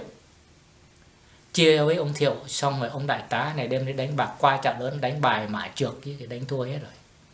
Thế là không nhận chúng tôi về. Nếu mà nhận về thì lấy tiền đó mà trả chúng tôi. Thành ra là Việt Nam Cộng Hòa phủi tay, nó không có biệt kích nhảy ra Bắc. Thế thì cái này á, khi mà chúng tôi ở ngoài Bắc, Việt Cộng nó nói chúng tôi phản đối, chúng tôi không tin trong nó đâu. Nhưng mà về trong Nam này rồi, mới những người mà còn làm ở trong cái sở đó hồi xưa á, để gặp lại chúng tôi á, họ rơi nước mắt. Rồi nói đáng lẽ các anh về năm 73 rồi, nhưng mà số tiền á, ông đại tá Hổ đánh bạc thua hết rồi, các anh về sẽ không còn tiền trả nữa. Thì nó là chi cho ông Thiệu một ít, xong rồi nói là không nhận các anh nữa. Chính ông Quang á, hiện nay còn đánh tennis với tôi hàng ngày này. Ông này năm nay là 80 mấy tuổi rồi. Hồi mà tôi gặp ông ấy có 70 mấy tuổi thôi. Ông ấy vừa nói vừa rớt nước mắt với tôi. Nên tôi thương các anh lắm. Các anh hy sinh cuộc đời các anh, hy sinh bỏ cả vợ con các anh vì đất nước mà các anh đi ra ngoài Bắc. Rồi đến ngày Mỹ lấy các anh về thì nó không hợp lắm. Thành ra là trao danh sách và trao lại cái số tiền đó cho đại tá Hổ Việt Nam Cộng Hòa đấy, để ký hiệp định Paris ấy, thì nhận các anh. Nhưng cuối cùng các ông đem đánh bạc thua hết rồi. Chính những chúng tôi đi hộ tống ông ấy, mang tiền đi lặt một con tẩy xì 500.000. Ông nói đấy là đánh xì tố với bên chợ lớn. Ông nói tôi thấy ông ấy lặt một con xì, tôi sốt ruột quá, thua hết cả mấy ngàn bạc, mấy chục Khi ngàn. nghe những chuyện đó thì cái suy nghĩ của ông như thế nào? Thì tôi cũng nghĩ rằng là thời kỳ đó nó là quá khứ đối với chúng tôi rồi. tất cả những cái gì nó đều là quá khứ hết, nó lại đều không còn cái gì đến với chúng tôi cả. Mà chúng tôi á, là chỉ còn cái cuộc sống của chúng tôi á, được quay trở về với gia đình là cái hay nhất rồi, cái may mắn rồi. Và đến bây giờ lại được sang Mỹ nữa, tôi thấy chúng tôi lại sung sướng hơn những cái người mà cầm mấy chục triệu bạc đem đi đánh bạc, mấy cái người đó đâu có sung sướng bằng tôi. Vâng, thưa ông, trở lại vấn đề là năm 1982 thì ai can thiệp cho các ông về, bởi vì chắc chắn là miền Nam thì mất rồi, thì có cái gì để mà hy vọng mà vì sao các ông lại được thả ra năm 82? Khi mà mất miền Nam rồi á, là chúng tôi vẫn chống đối nó cho đến khi năm 77, 78. Thế đến năm 79 nó đánh nhau với Trung Quốc thì chúng tôi lại bị gong trả lại. Thế thì chúng tôi vẫn chống nó, chứ tôi đâu có tin nó để nó nói rằng là mình chịu khó cải tạo thì nó cho về đó. Thì chúng tôi không có tin. Mà mãi sau này đến năm 77 á, thì nó cho viết thư về nhà. Thì một số anh em thì viết thư về, thì có anh thì còn có gia đình, có anh thì là mất gia đình rồi, không có thư trả lời. Tức là nhiều khi có anh là từ năm 75 bị 75 khi mà nó vào miền Nam á, nhiều gia đình bị chạy loạn rồi, chạy đi đâu mất rồi, là không còn ở chỗ cũ, thì viết thư về thì không nhận được. Trường hợp của anh thì sao? Tôi thì còn có nhận được, nhưng mà tôi không có viết. Hồi đó tôi khai láo hết, và bây giờ mình viết thư về chẳng khác gì mình là thưa ông, bây giờ tôi mới khai thật. Thế nên tôi không có viết, không có viết thư. Tôi không viết thư thì nó cùng tới 7 tháng. Nó hỏi tôi, tất cả anh em đều là viết thư vào về miền Nam là năm 75 thì là nó lấy được miền Nam của mình. Thế năm 77 thì là nó cho chúng tôi học tập, nói là bây giờ các anh liên lạc về miền Nam với gia đình. Thế có một số anh thì không viết, cũng như tôi là không viết. Thế thì tôi mới có nói, những cái anh nào mà còn cứng đầu thì có nói với nhau. Vô hình dung bây giờ mình là thưa ông, tôi ở bụi này, hồi xưa mình khai láo hết, bây giờ lại khai nữa, viết cái địa chỉ về nhà, tức là thật rồi. Mà hồi xưa mình đâu có khai mấy cái này, khai có vợ có con đâu, không có khai, không có bố có mẹ. Thành ra bây giờ mình viết thư thì chẳng khác thì mình là tự thú. Thành ra nhất định là không viết. Cái nó cùng tới 7 tháng. Nào anh ngoan cố, anh không viết thôi, anh còn xúi giục bạn bè anh không viết. Thế cùng tới 7 tháng. Thế cùng trong xà lim nó hỏi, lâu lâu nó cứ hỏi tôi, nào sao, chịu viết thư chưa? Mà tôi có ai đâu mà tôi viết thư. Mà anh còn ngoan cố nữa thì cứ ở đấy. Và kỳ tình mình có bố mẹ chứ, có vợ con ở trong miền Nam chứ. Hồi đó mình khai mình không có mà. Dạ vâng, thưa ông, rồi họ thả ông như thế nào? Thì sau đó là giống như nó thế này. Bởi vì đã gọi là anh lấy hết miền Nam rồi gì. Anh là một cái gọi là một cái nước của một nước rồi. Mà anh đi nhốt những người đối lập của anh từ hồi nào tới giờ cho đến bây giờ mà anh không thả thì anh bị thế giới lên án thôi, không có gì hết. Thành đơn phương phóng thích. Mà đơn phương thì cũng đúng thôi. Bây giờ có ai nhận tôi nữa đâu. Người xưa thí dụ như là trao trả thì anh trả tôi cái gì tôi trả anh cái đó. Còn bây giờ nó đơn phương, nó một mình nó thôi, một mình nó phóng thích mình. Đấy. Thế đến lúc nó gọi là tôi lên nó nói là bây giờ tôi trả anh ra khỏi nhà tù thì anh về đâu? Mà chừng nào ông cho tôi về anh hay, chứ bây giờ tôi về đâu, tôi đâu biết về đâu. Đấy, bởi vì nó muốn nói rằng là tôi sẽ tha anh đó, nhưng mà anh về đâu, rồi cái địa chỉ của anh như thế nào để chúng như mình khai ra đó. Thì tôi có nói là chừng nào tôi được về anh hay, bây giờ tôi không biết tôi về đâu hết.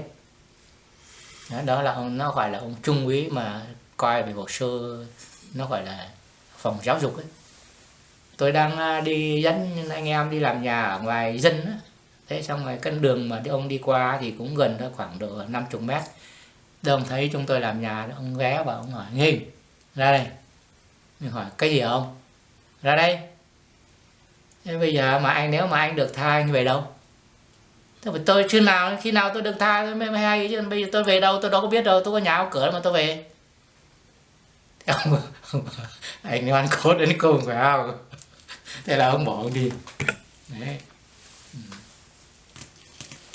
Thế Mỏi mệt ngồi thẳng nói chuyện nói Không, lâu anh nói nhưng mà anh đừng có tới luôn này là cái mỏi ao cái focus. mỏi mệt nói lâu quá thì nghỉ. Xin lỗi. thế đến lúc tôi được tha, tôi vẫn chưa tin là tôi được tha đâu. Thế ông trực trại á, cho tất cả các tù hình sự á, ra khỏi trại hết rồi, ông bắt đầu ông quay vào trong phòng. Khi mà tập họp đi làm á, thì tôi vẫn tập họp đi làm bình thường giống như mọi khi, nhưng mà ông ấy nói rằng là anh Hinh được đi về phòng. Thế tôi về phòng, tôi cũng nằm trên giường á. Thế ông cho xuất trại, tức là các cái tù từng toán từng đội một đi làm hết rồi, ông quay vào trong ấy, ông họ nói rằng là anh theo tôi. Thế tôi đi theo ông ấy. Ông quay lại ông nhìn, ông bảo ủa, hành trang của anh đâu, hành lý của anh đâu? Mà tôi có cái gì đâu. Tôi không được phát mùng mền. tôi quần áo em phần 1 năm phát có 2 bộ, thì bộ kia rách rồi, tôi còn có một bộ mặc trong người thôi. Thế ông quay lại ông bảo, anh này buồn cười nhé. Anh được về mà anh không chuẩn bị về à? Mà không, tôi chỉ có thế thôi. Thế ông bảo thật không? Thật. Anh có lưu ký có gì mà tôi có ai đâu mà tiếp tế hay có gửi cái gì cho tôi mà có lưu ký tức là tiền giấy đấy chị, xài trong nhà tù á. Nếu mà gia đình gửi tiền vào là nó giữ tiền, xong nó cho mình mấy cái giấy bìa cát tông này nó làm thành tiền giấy, cho mình mua hàng của nó ở căng tin của nó ấy. Thế tôi thì chả có cái gì cả. Thế nó bắt tôi đi vào lại xong rồi nó lên cơ quan, lên chỗ ông trưởng trại. Hồi lúc đó là ông thiếu tá Lãng, Nguyễn Văn Lãng làm trưởng trại. Thế xong rồi ông ấy xuống, ông bảo lên văn phòng ông Lãng nha, lên gặp ông Lãng đi. Ông Lãng tức là ông thiếu tá trưởng trại. Thế tôi lên văn phòng tôi gặp ông ấy. Thế ông ấy mời tôi ngồi, xong rồi ông rót nước trà uống, xong rồi ông lấy thuốc thơm tức là thuốc tam đảo, mời tôi hút. Xong rồi ông ấy hỏi tôi là thế quá trình anh ở trong trại này anh không có cái gì hết à? Mà không. Tôi không, nhưng mà thực tình tôi có cái gì tôi cho lại hành sự hết rồi. Tôi có cả mền bông, tôi có quần áo, rồi hòm ở ngoài Bắc gọi là cái hòm, tức là trong Nam mình gọi rương ấy. Tôi là kỹ thuật mà chính tôi tay tôi khắc đóng của tôi nữa thì nó đẹp lắm. Thế tôi cũng để cho mấy cái ông bạn mà ở trong tù mà nó cũng làm đội trưởng ấy, tôi cho mấy anh đó, cho hết. Tôi có cái gì tôi cho hết. Thế đi người không rồi. Thế ông Lãng, ông thiếu tá Lãng á, ông trưởng trại ông hỏi tôi bây giờ anh không có cái gì hết mà không? Thế bây giờ thế này nhá, tôi nói lặp lại với bạn. Tôi cho anh cái tiền anh có công xây dựng trại là 80 đồng. Tiền kỹ thuật của anh là 130 đồng. Tiền ăn đi đường tôi tính theo giá chợ đen bên ngoài là một ngày 1,5 đồng. Không phải, một ngày 30 đồng. Thế thì anh đi từ đấy mà tôi về Sài Gòn, nhưng mà tôi khai đi tuốt mãi Long Xuyên Cà Mau á. Hồi xưa tôi khai bậy khai bạ tôi khai rồi. Ở đâu thì tôi về đó mà.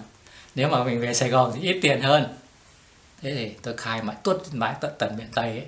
Thì nó nói sao quá. Thế thì đi ở trong đó có, ở đây đi vào Sài Gòn thì đi xe lửa, nhưng mà đi xe lửa vào đến Sài Gòn là đi về vùng dưới kia là bao nhiêu cây số nữa? Tôi bảo 500 cây số nữa. Thế đi bằng cái gì? Tôi bảo bây giờ có khi là đi bằng xe ngựa. Bây giờ xe lớn thì không có, thì chắc bằng xe ngựa thôi. Thế ông bảo thế thì tôi lại phải cho anh thêm tiền. Thế tổng cộng hết tất cả tôi ở trong tù tôi về là được hơn 300. 300 hồi đó to lắm. Mua vé tổng tàu thống nhất về miền Nam từ Hà Nội về Sài Gòn của mình có hết 24 đồng thôi. Thế sau đó thì ông ấy ký giấy thì tôi đi lĩnh tiền qua bên Tài Ngân lĩnh tiền. Thế rồi ông ấy viết thêm một tờ giấy nữa, đi qua bên kho lĩnh một cái màn, một cái chăn, 2 bộ quần áo nâu, một cái chiếu. Thế tôi quấn vào trong chiếu hết, cóc đi mẹ lạc. cầm tờ giấy ra trại nên là ra khỏi trại tôi bán hết ngay. đâu có túi đựng đâu. Cái chăn này, cái màn này, 2 bộ quần áo thì mặc vào một bộ rồi, còn một bộ cũng bán luôn. Tiền có nhưng mà vẫn bán là vì mình có cái gì đựng đâu, quấn vào cái chiếu rồi mang ôm nách, cứ cắp nách đi ra ngoài khỏi cổng trại. Thì nó có một cái quán ở đó, tôi hỏi giá nên nó trả bao nhiêu tôi cũng bán hết. Thế là một ông cán bộ áp tải tôi về Hà Nội, sợ tôi quay trở về quê, sợ tôi đi về những các cơ sở cũ. Thế là ông cán bộ có một ông cán bộ áp tải tôi đi về đến Hà Nội.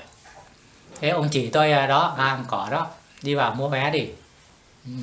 Rồi xếp hàng mua vé, rồi tối nay là ở cái nhà trọ này, gần sáng xe lửa nó chạy đó. Thế ông dặn dò tôi xong rồi ông đi. Tôi thấy ông đi khuất một cái tôi cũng đi luôn, chứ tôi đâu có đi vào ga xe lửa làm gì. Tôi có nhiều người quen ở Hà Nội lắm mà. Thế là tôi ở Hà Nội chơi mấy ngày, rồi gặp những cái người mà cũ ngày xưa á. Trời ơi, nhiều khi gặp nhau đâu có nói ra mới nhận được nhau thôi. Thế, nhiều người ta ngạc nhiên lắm, hỏi tại sao mày lại đi tù. Thế đưa giấy ra trại cho nó coi á. Trời ơi, can tội gián điệp, biệt kích, án phạt trung thân mà được về. Ở đó trung thân trong bây giờ nó nhốt nhiều, nó lấy gì nuôi tao. Nói chuyện với bạn bè mà bây giờ nó nhốt tao 20 năm rồi, bây giờ nó nhốt nữa, nó lấy gì nuôi tao thì nó thả tao về thôi chứ không có gì hết. Thưa ông, thì cái cảm tưởng của ông lúc ông ra về, ông có thấy rừng rưng hay là sung sướng hay là như thế nào, lo lắng hay cái gì ạ? Không, khi mà được tha thực sự mà cầm cái tờ giấy ra trại rồi nó lên, nó thấy nó phát tiền cho mình rồi là cho mình đi ra lĩnh chăn màn quần áo á, thì lúc đó mình mới biết là có thể nó tha mình thật. Thì bởi vì mình đâu có tin nó. Ở trên miền Bắc cứ tha trại này qua trại kia thôi mà. Tha thì tha ở trại này. Nhưng mà đi vào cái trại khác. Thành ra tôi cũng không có tin. Thế khi mà tôi về Hà Nội mua vé tàu rồi đây được đi tự do với bạn bè ở trong này, thì mình cũng cảm giác bình thường thôi, chứ không có cái gì gọi là giống như là cái gì mà ghê gớm lắm đâu.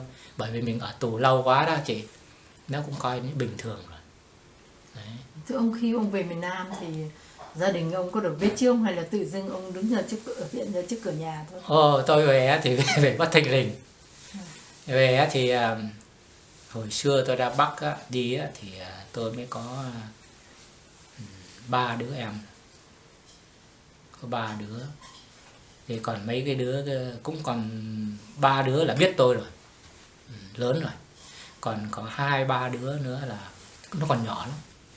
Lúc mình đi khi thỉnh thoảng tôi về phép tôi kêu nó về, nó thấy tôi nó lạ, nó đâu có theo. Thành ra sau này là có 3-4 đứa để thêm nữa, thì tất cả anh em chúng tôi là có 4 trai 4 gái. Thế tôi là cái lớn nhất.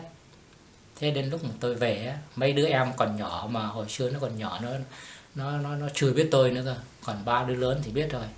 Rồi là lớn lên nó thấy những cái hình ảnh treo ở trên bàn thờ thôi. Thế đến lúc tôi bước chân vào nhà tôi hiện hồn về là 3-4 đứa ở trong nhà nó ùa, nó hét lên, nó chạy ra ngoài cửa hết. Nó bảo tôi hiện hồn về. Thế là nó chạy đi kiếm bà mẹ tôi, kiếm bà mẹ. Thế có một đứa nó chạy toán loạn hết trong hàng xóm mà. Thế có một đứa nó tìm thấy, thế thấy mẹ, xong rồi nó nói với mẹ là anh hiện hồn về, anh hiện hồn về. Trời, mấy chúng nó tái mặt hết. Thế cả hàng xóm ùn hết. Thế có một anh tức là cái thứ ba đó, ba kế tôi, ở dưới ruộng ở dưới vườn đằng sau nghe ùn đằng trước, nghe thét lên tưởng là ăn cắp ăn trộm gì. Thế anh ấy ở trong vườn đằng sau nhà, anh chạy vào trong nhà thì thấy tôi, anh ôm tôi xong rồi mẹ tôi mới là mấy đứa em tôi nó cũng không từ đằng trước bước vào nữa. Thế lúc bây giờ mới biết rằng là tôi về thật. Đấy. Chứ Thưa còn ông nói là có vợ con, lúc bây giờ vợ con có vợ con ở dưới Long Xuyên cơ, có một vợ 2 con rồi ở dưới Long Xuyên á. Thế tôi về thì tôi ghé vào trên Đà Lạt, gia đình tôi trên Đà Lạt, ở Lâm Đồng, Đà Lạt. Thế tôi ở trên Đà Lạt 1 tuần. Thế xong tôi về miền Tây thăm vợ con. Nhưng mà khi mà tôi về tôi biết là vợ tôi đi lấy chồng khác rồi. Vợ tôi đi lấy chồng từ năm Mậu Thân năm 68. Thưa ông, còn những người con thì sao? Con tôi về thì nó cũng lớn rồi. Con lớn hết rồi. Các cháu có mừng hay có như thế nào? Về thì nó mừng lắm chứ là có đứa con gái thì nó mừng lắm. Đứa con gái tức là đứa đầu. Khi mà tôi đi nó mới được có 8 tháng. Còn một đứa nữa thì nó có bầu rồi thì sinh sanh sau này là nó không biết tôi nữa. Mà cái đứa con gái đâu có biết, 8 tháng đâu có biết. Lớn lên nó chỉ hỏi mẹ là mà nó không có bố thế thôi. Rồi sau này biết là mẹ có chồng khác, rồi có một bầy em khác nữa thế thôi. Còn ông vấn đề sang Mỹ thì vì sao mà ông sang được Mỹ đâu? Sang Mỹ thì đầu tiên vẫn làm theo những các chương trình HO của hai chính phủ, tức là Mỹ với Việt Cộng. Một số anh em chúng tôi thì Bộ Nội vụ, tức là phòng xuất nhập cảnh, không cho làm. Không cho làm hay là nói rằng là cái này phải chờ lệnh. Nó đã từng tuyên bố rằng là bắt được một anh gián điệp biệt kích là một cái vốn quý của chúng nó. Thành ra là những sĩ quan nó được học tập cải tạo, nó tha về rồi có chương trình HO thì làm giấy tờ đi một cách dễ dàng lắm. Mua giấy tờ đi, chúng tôi đi hỏi mua nó không có bán. Nó nhìn thấy cái tờ giấy ra trại mà đưa tờ giấy ra trại thì nó mới bán hồ sơ cho. Thì đưa tờ giấy ra trại cứ nhìn vào cứ can tội gián điệp biệt kích không, nó không có bán. Nên một cái này phải trở lệnh trên. Đó. Thì sau này là cũng nhờ bởi vì cái bộ di trú mấy này cái phái đoàn hai bên khi mà nói về chương trình HO, ngay cả phía Mỹ không biết gì về chúng tôi cả. Đấy. Tức là có những cái thành phần mà gián điệp biệt kích mà nhảy ra ngoài Bắc như chúng tôi, chỉ có những cái cơ quan Bộ Quốc phòng, cơ quan tình báo Bộ Quốc phòng biết thôi. Mấy này những cái cơ quan tình báo CIA biết thôi. Chứ còn những cái cơ quan khác đâu có biết. Thí dụ như cái xã hội hay là Bộ Di trú đâu có biết chúng tôi. Thành ra là họ không đề cập đến vấn đề này trong cái, tức là cái bốn bên ấy, và cái hai bên ấy, chính phủ Mỹ với chính phủ Việt Cộng ấy, không đề cập đến chúng tôi. Bởi vì chính phủ Mỹ không biết gì chỉ về chúng tôi cả. Nó thực sự nó là như thế. Thế thì nhờ ông Sir Torrison này, ông này hồi xưa là ở trong cái cục tình báo quốc phòng, về khi mà phỏng vấn ở các cái đảo, mới lại khi mà một số anh em làm theo HO đi đó, thì Bộ Di trú phỏng vấn bác nói làm sao mà có những cái hiện này. Thế thì bác thì là tờ giấy bác thì những cái nhân viên mà phỏng vấn ấy, nó có tên của nó mà có số của nó ở trong đó, gửi cái tờ giấy đó qua bên Mỹ này cho ông Torrison. Ông Torrison mới đánh điện qua bên Bangkok, và đây là những người của chúng ta, người thật. Mà những người này hồi xưa đào tạo mà lâu quá lãng quên. Bây giờ đây những người nào mà mang những cái chữ gián điệp biệt kích mà tù lâu năm ở trên miền Bắc về á, là những người của mình ưu tiên cho những người đi trước. Vì sau này ông này mới đẻ ra cái chuyện mà HO tách riêng ra với RD. RD là diện bị gián điệp biệt kích của miền Bắc, để mà những người này đi trước vì tù lâu rồi. Thành ra là ngưng HO lại, ngưng HO hình như 15 hay 16 gì, ngưng lại để lấy hết biệt kích đi lại. Thì lúc đó những cái sĩ quan HO đó họ hoang mang lắm. Mấy cả Bộ Nội vụ cũng hoang mang nữa, nói là nếu thế mà đưa cho biệt kích cho nó hết rồi nó đỉnh lại, nó không lấy HO nữa. Thành ra là mấy ông này sợ quá, mà bây giờ đỉnh lại HO 10 năm để lấy hết biệt kích đó, rồi tiếp tục HO. Nhưng mà mấy ông không tin nữa rồi, mấy ông sĩ quan cũng không tin nữa rồi, khiếu nại với Bộ Nội vụ. Và Bộ Nội vụ cũng nghĩ cũng đúng như thế. Thành ra Bộ Nội vụ cũng không chịu. Nói là nếu mà bây giờ ông lấy người của ông á, thì ông phải lấy xen kẽ rồi. Tức là HO, thí dụ như một HO 12 hay là 15 chẳng hạn, bây giờ đến HO 18 nó có tới 100 hộ đi HO, thì xen cho anh 1-2 cái gia đình biệt kích thôi. Chứ nếu mà anh lấy biệt kích hết rồi, lấy hết rồi anh không lấy HO nữa. Thế thì cứ bàn cãi nhau mãi 2-3 lần ở Bangkok lại. Thế về sau mình thôi chịu thua Mỹ, chịu thua được thôi. Thế thì lấy xen kẽ, tức là bây giờ không cần biệt kích HO mấy nữa, bây giờ là cứ xen bao nhiêu HO thì cho biệt kích vô theo phần trăm. Đó, như thế là mới chịu. Thế thành ra là chúng tôi được đi thì đi cùng với HO, nhưng mà là diện ARD, mang giấy ARD. Dạ vâng, thưa ông thì bao nhiêu người biệt kích ở trong diện như ông cuối cùng được sang Mỹ? Còn sang Mỹ được khoảng 300 người. Khoảng 300 người. Thưa ông, nghe nói là cũng được những cái đặc biệt của chính phủ Hoa Kỳ dành cho những người biệt kích mà đã phải chịu qua rất nhiều khốn khổ đó, thì ông có thể cho biết là cái đặc biệt đó là cái gì không? Đặc biệt nó thế này, coi như là nếu như Mỹ mà hồi xưa đã không nhận chúng tôi ấy, mà chính Mỹ cũng lại chửi lại Mỹ, mấy cái đài truyền hình của Mỹ, mấy đây một số nhà báo, mấy đây những cái người mà những cái sĩ quan mà hồi xưa sang mà đào tạo chúng tôi ấy, nói lại với chính phủ ấy, như thế là không được, như thế là bôi bác cái nước Mỹ. Bởi vì những người này chính mình đào tạo, chính mình đem ra để cho họ thi hành những cái nhiệm vụ mà ngăn cản cái làn sóng cộng sản. Mà cái cộng sản là có chung. Ngày xưa thì nếu mà nó mất miền Nam của mình, có thể nó đánh sang Campuchia, rồi nó sẽ đánh Thái Lan, rồi nó rọc xuống cả vùng Đông Nam Á mà. Thành ra là cái Việt Nam Cộng Hòa của mình là cái tiền đồn. Thành ra là mình, những người mà Mỹ đào tạo mà nhảy ra ngoài đó là có nhiệm vụ là ngăn chặn, kéo chân nó lại để không cho nó tung hoành được. Vì thế bây giờ tôi còn có tờ giấy này nói rằng là anh là những người mà phục vụ cho đất nước Anh và đất nước Hoa Kỳ. Tôi còn tờ giấy đó đấy, ở đây nó khen cho tôi á, từ đầu vùng tòa án ở Orange County này nói tôi là những người mà phục vụ cho đất nước Việt Nam và phục vụ cho cả đất nước Mỹ.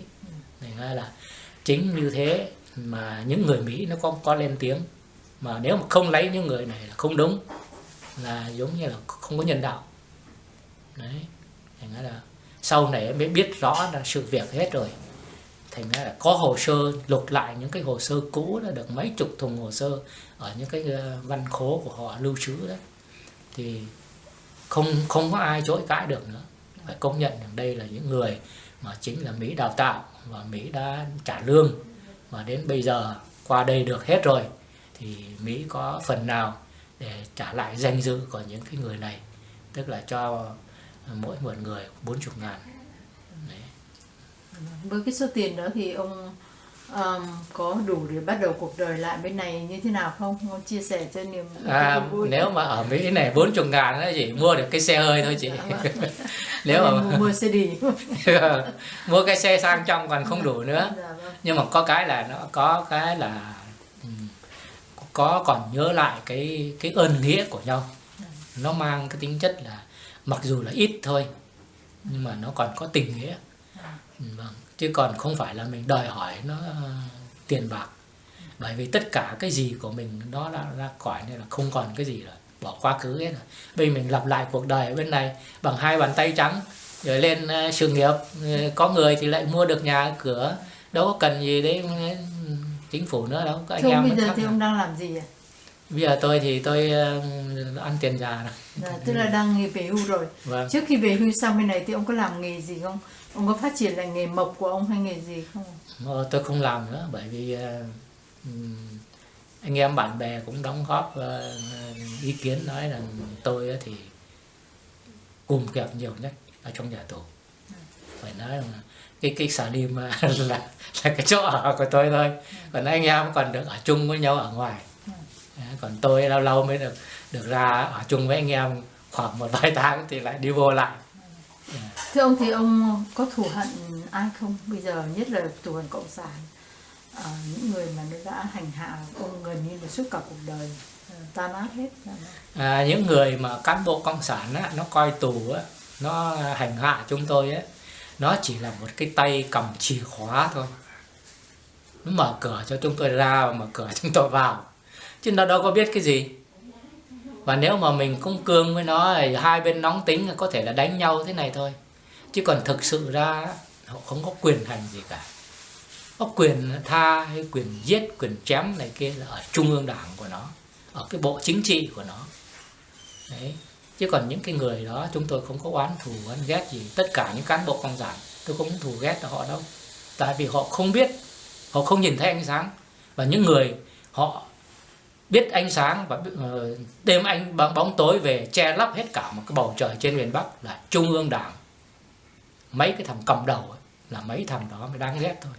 Chứ còn cán bộ nhân dân, cán bộ thường hay là cán bộ cấp bộ cấp này kia, họ không hiểu gì về đường lối cả.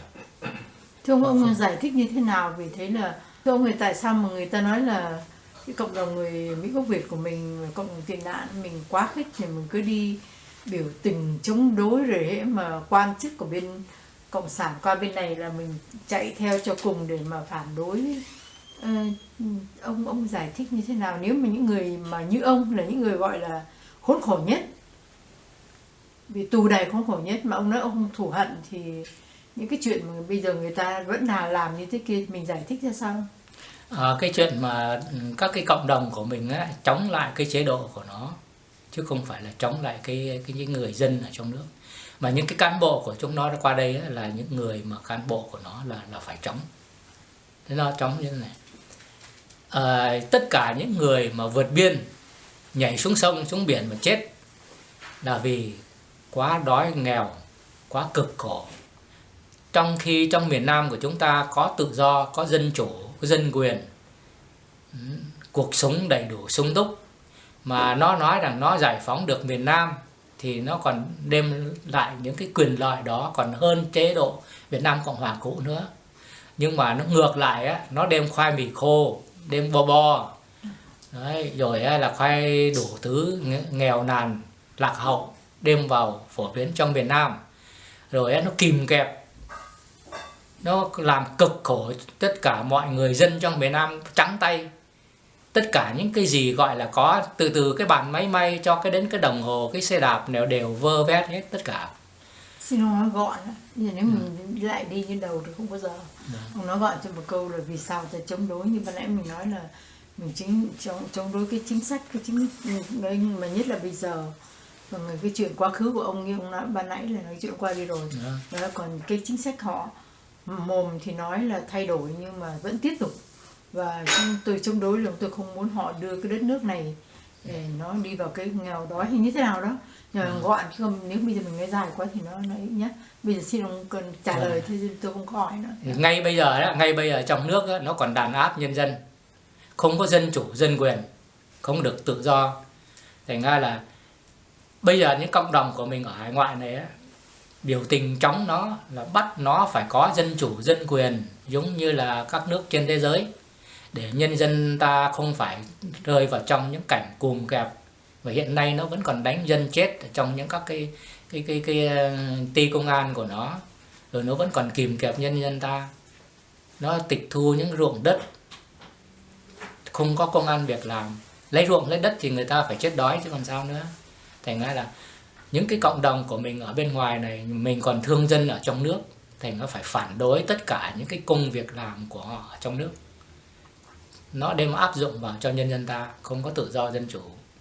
Thì nó phản đối nó, bỏ những cái đường lối chính sách đó đi thì mới có những cái hòa hợp, hòa giải dân tộc được. Thưa ông có muốn nói cái gì mà chúng tôi không hỏi không? Ngắn gọn thôi, ông có muốn chia sẻ hay nói những cái lời gì nhắn nhủ gì không? Nếu mà nói về chế độ cộng sản ấy thì nói rằng đừng có nghe nó nói, bởi vì nó nói một đằng nó làm một nẻo thôi. Ngay cả ở trong cộng đồng của mình chúng ta đây, nhiều cái nó đang, thí dụ như các cái đài truyền hình hay là một số ca kịch, các cái ca sĩ của nó qua đây, nó từ từ từng bước một nó du ngủ, rồi cái lòng yêu nước của cộng đồng của chúng ta đó nghe theo